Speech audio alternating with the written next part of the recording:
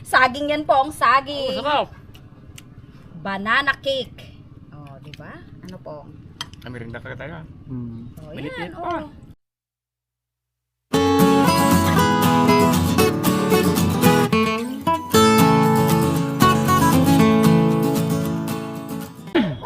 Ang ingay ng mga aso.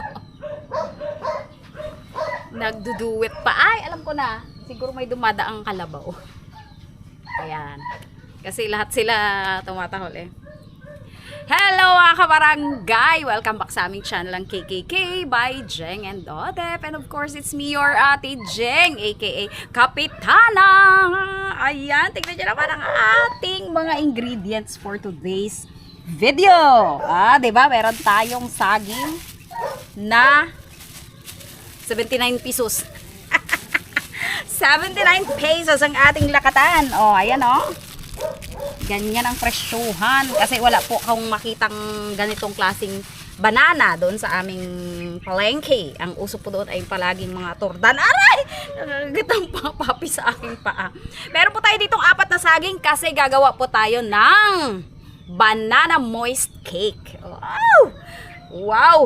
At meron na tayo ditong nakasalang para kumulo na siya. Kasi i-steam po natin ito. Kaya kailangan medyo mabilis-bilis tayo dahil kailangang matapos natin to kapag kumulo na. Kasi sayang yung ating butane. Yan, meron tayo dapat na hinog na saging. Or kung gusto niyo yung mga overripe talaga, mas masarap daw yung overripe talaga gamitin. Pero ito medyo overripe na din. O, ayan o. Ay, kaya lang meron siyang ano o. May matigas na part. Tanggalin na lang natin ito. Kasi ayan o, medyo matigas-tigas ito. Tanggalin lang natin yan.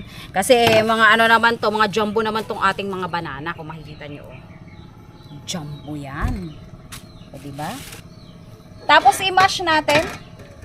Wala kayong masher. Tinidor. Pero meron naman akong pang mash potato kasi ito. O, ayan. Gamitin natin dito sa ating saging. Hindi naman kasi kailangan ito na maging puree.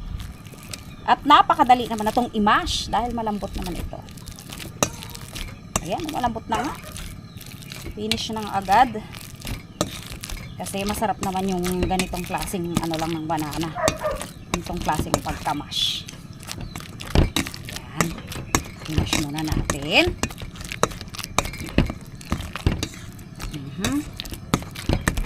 Ayan, okay na to. O, diba? Ang bilis. Walang cut yan. Saan na yung ating kutsara? Okay na to. Yan ang kagandahan pag medyo overripe yung ating saging. O, okay na to. And then, ilagay natin yung ating sugar. Ito ay 3/4 cup na sugar. Kung gusto niyo ng mas matamis, pwede namang dagdagan. Haluin lang muna natin. Ihalo natin dito. And ihalo natin din yung 2 itlog. At yung 1/2 teaspoon na asin. O, di syempre, lusawin muna natin yan. Yung asukal at saka asin dapat matunaw. Tanggalin natin dito sa gilid. Tutunawin muna natin ang asukal at asin dito sa ating banana mixture.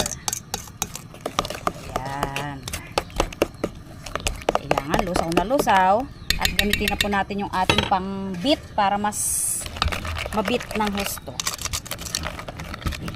Ano natin yung sa gilid kasi sayang yung sugar sa gilid. Mas mabilis kasi itong makadurog ng asukal at asin. Ayan. Ilagay din po natin yung ating 1 teaspoon din na vanilla extract. Ayan. At meron tayo ditong melted butter. Ganyan lang kadami sa cup. Pwede ring mantika, 1/3 cup. Ayan. Inunaw ko kasi yung ating butter. Mas masarap kasi kapag butter. Siyempre. Ayan. Ayan. Okay lang po yan kapag ang saging ay medyo may buo-buo. Kasi ang sarap naman po yun. Ako nga gusto ko yung sa mga banana cake, gusto ko may nakakapa akong saging.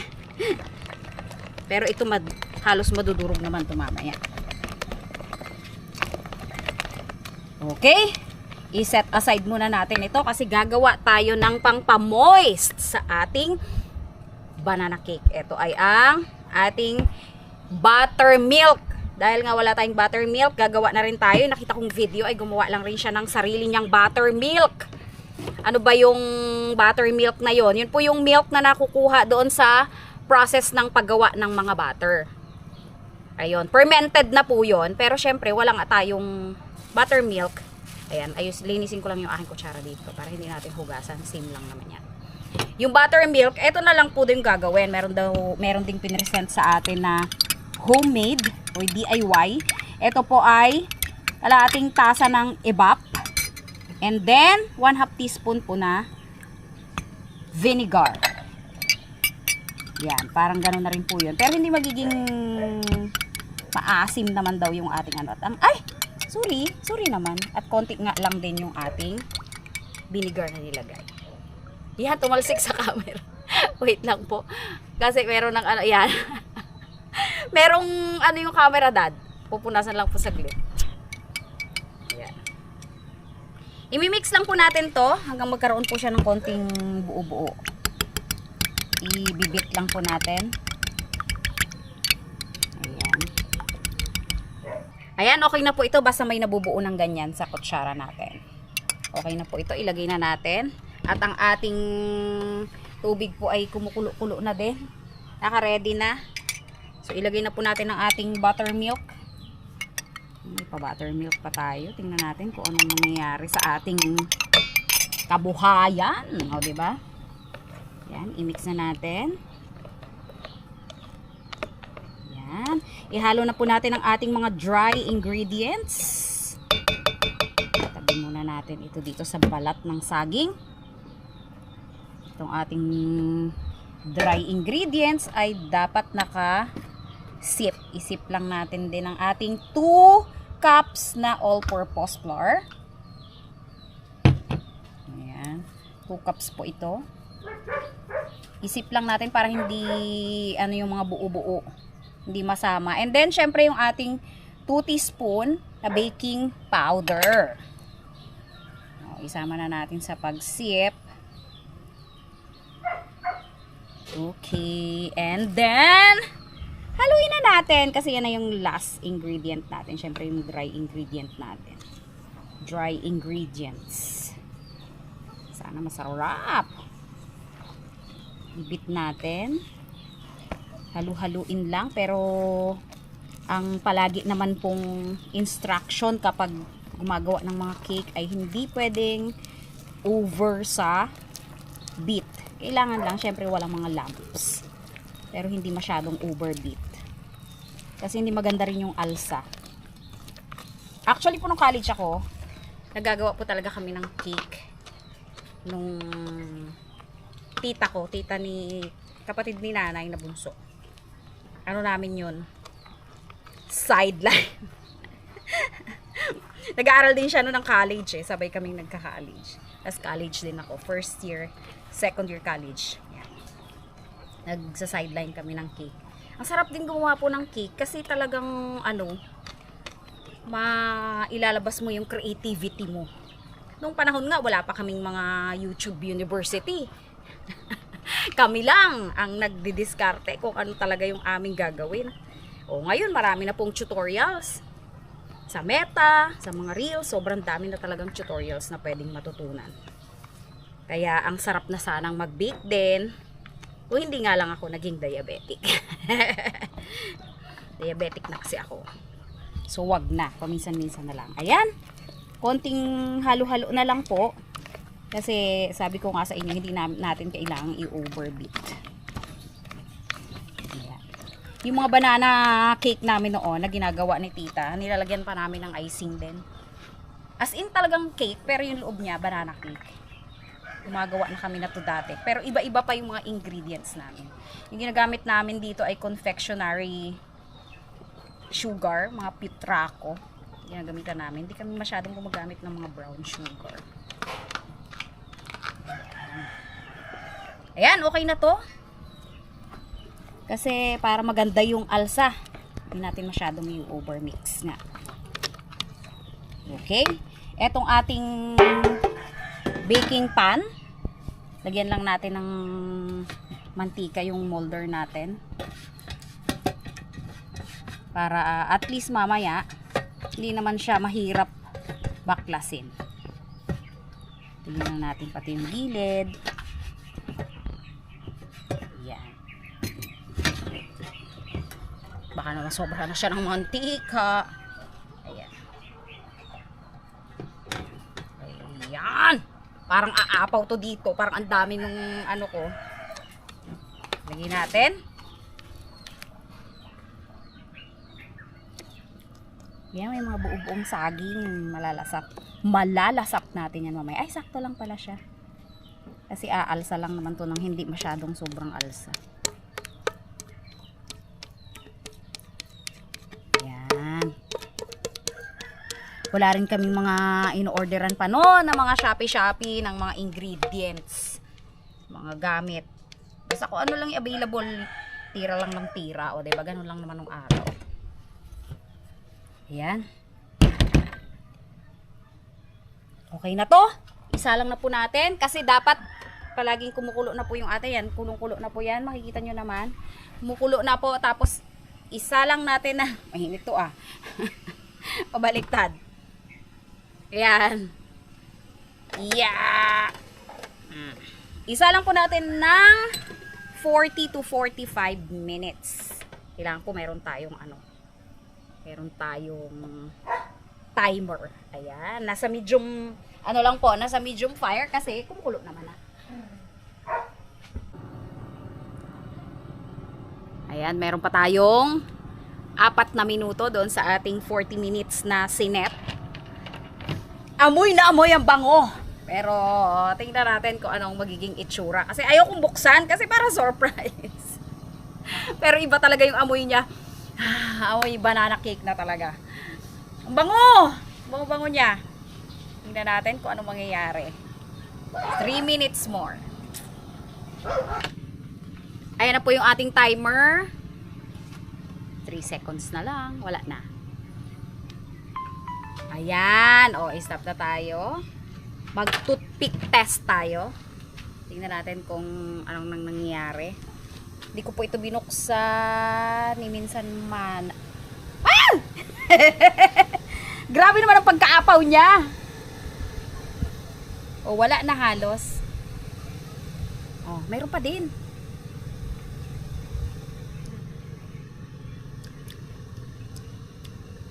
Siguro mga 2 minutes. Dagdagan natin ng mga 2 minutes. Ayan, after 2 minutes, tingnan ulit natin. Pero kahit medyo may pa to, kunin na natin kasi sobrang kalsado na siya. Okay na to. Konting-konti na lang naman. Pero alsadong-alsado na, luto na to.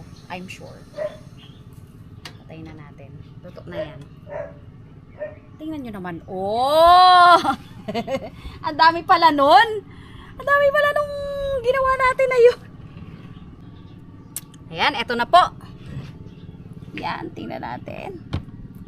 Nagsobrang alsang-alsa. Naging floppy talaga siya. Tapos madulas din siya, oh. Madali lang siyang alisin. Nakaangat na talaga. Ay, lutong-luto na talaga din. Iangat lang natin siya. Ilipat natin dito sa ating lalagyan. Para at least, maipakita natin ng buo at mahiwa. Surprise! Sarap! Di ba meron tayong tinapay? Ang ganda! Siyempre, nahirapan lang akong magbaliktad. Ayan. Yung banana cake naman po, or banana loaf, banana bread, yan po ay susunod po sa kulay kung ano yung sugar na ginamit nyo. Kaya ganito siya, medyo light. Yung nakikita nyo ay brown na brown, dark brown. Kasi nga, dark brown din yung sugar nila. Yung sa akin po kasi ay medyo light brown lang yung sugar natin. Next time, gagamit tayo ng muscovado para mas darker siya. Pero tingnan nyo naman to. O, ayan o. Mayroon lang dito sa pagitan kasi nga, medyo nahirapan tayo sa pagbaliktad. Yung mga ng saging, oh. Diba? Nakakatuwa. Talagang mukhang perfect. Pero syempre, Ang mahalaga dito yung lasa. Titikman muna natin. Ayan, hiwain po natin. Tingnan natin kung anong loob niya.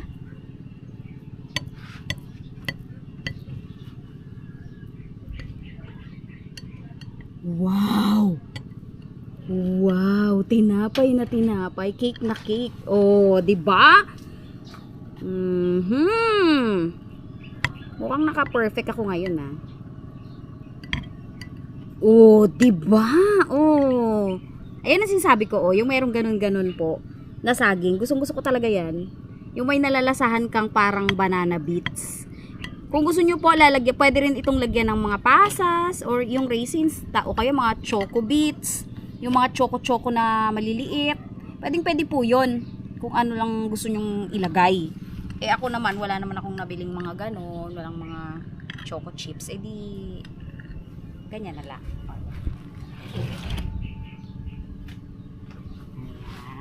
Di ba napakaganda? Sige, hiwain po natin. Para meron talaga tayong pruweba. Ang ganda niya.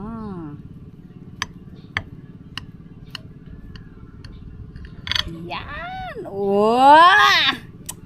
Napaka the best na meriendahan to mamaya. Tingnan nyo naman. Titikman namin ni Daddy di pagkatapos picturean. Ayan, syempre naman po the moment of truth. Siyempre kailangan may tikiman tayo. Tikman natin kung anong lasa ng ating tinapay. Tingnan nyo naman, oh. Oh, moist talaga. Ah, 'di ba? Moist na moist.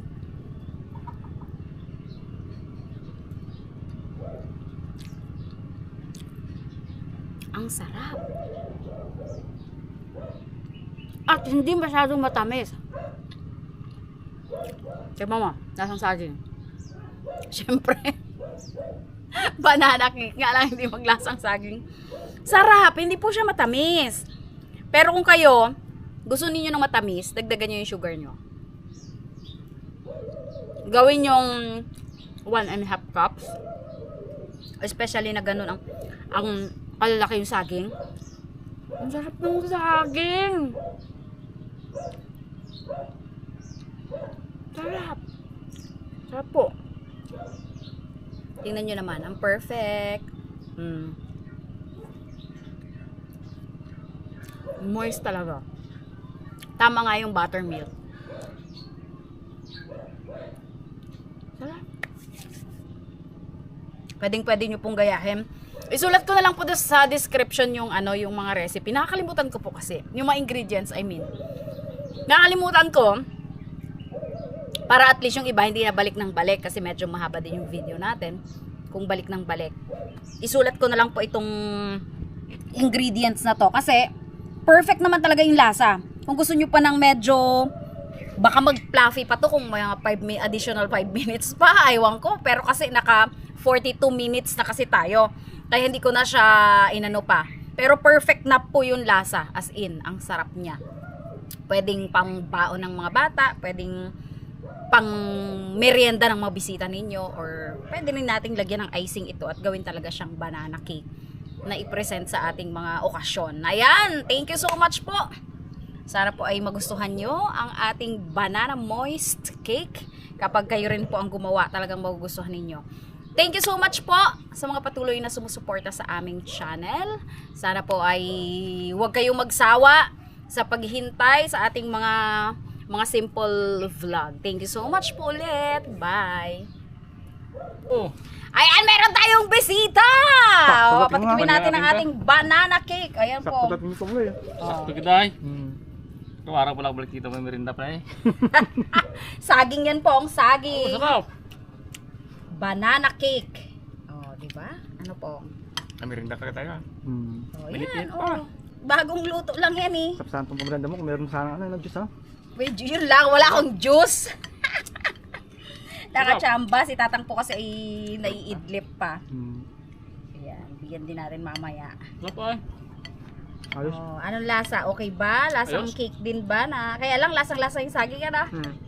Pero yun naman ang purpose talaga natin. Maglasang Maglasang saging. saging yan eh. Saging yan. Kaya nga. Yun nga yung purpose natin. Maglasang saging. Kasi nga banana cake ito.